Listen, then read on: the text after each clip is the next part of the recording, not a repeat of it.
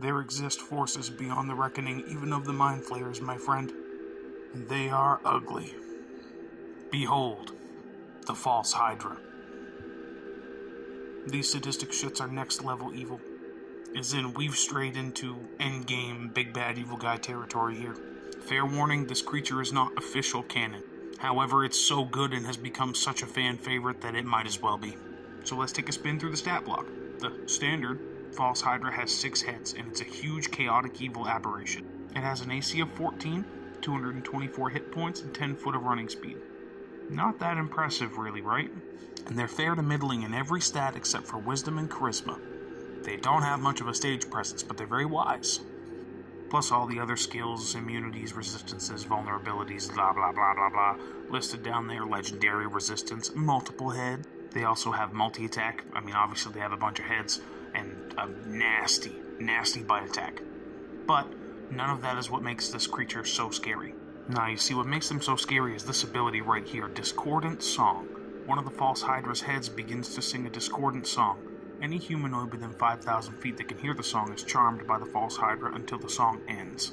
A humanoid that covers or plugs their ears can roll a DC 15 Wisdom saving throw, preventing the song's effects on a success. A humanoid can repeat this saving throw at the end of each of its turns, and a humanoid that's naturally deaf or is magically deafened is immune to it. The False Hydra can then alter the memory of a target that is charmed in this way, such that the target is completely unaware that it ever happened.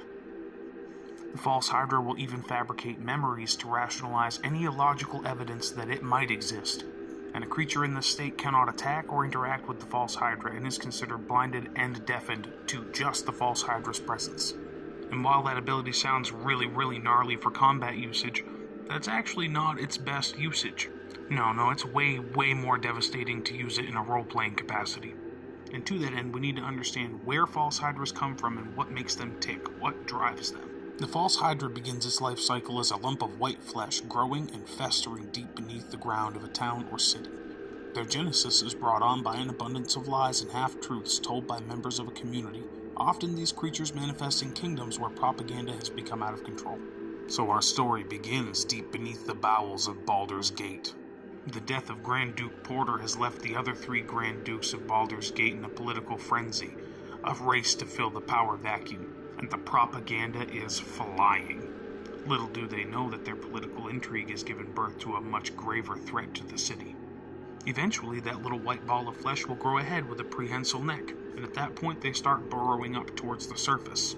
And once they do, they start to sing that discordant song, erasing itself from the minds of everyone who can hear it. So rather than just be invisible and silent, it's as if it doesn't exist at all. Worse yet, you'll still get to lay eyes on this creature even while under the effects of the song.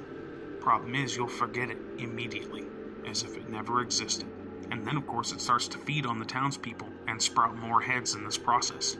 Now, a side effect of the influence of the song is that as the Hydra feeds on the townspeople and they go missing, the song causes those people to form new memories to explain the disappearance. For example, the baker isn't missing. Instead, he's left town to fight in the king's army. Or, what do you mean, my wife? I've never been married. But you're wearing the wedding band. Oh, this old thing? No, I got it from... You see what I mean? So the party finds itself drawn to Baldur's Gate at this time of crisis by a quest. They speak to the innkeeper and his wife, the purveyors of the quest, to gather information.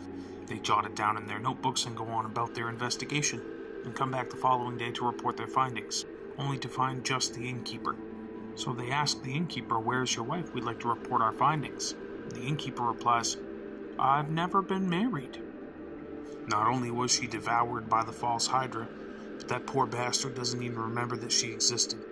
And of course, the more people it feeds on, the bigger and bolder it gets until it reaches a mature size and emerges from the ground, and rather than sing a song to make people forget, they sing a song to make people their slaves. Then it's all way downhill from there. A False Hydra will 100% of the time eat itself to death. The only question is, how long is it going to take? Days? Months? Years? And how many communities have to fall to it in the meantime? So yeah, False Hydras are total badasses. Very big on the psychological existential horror.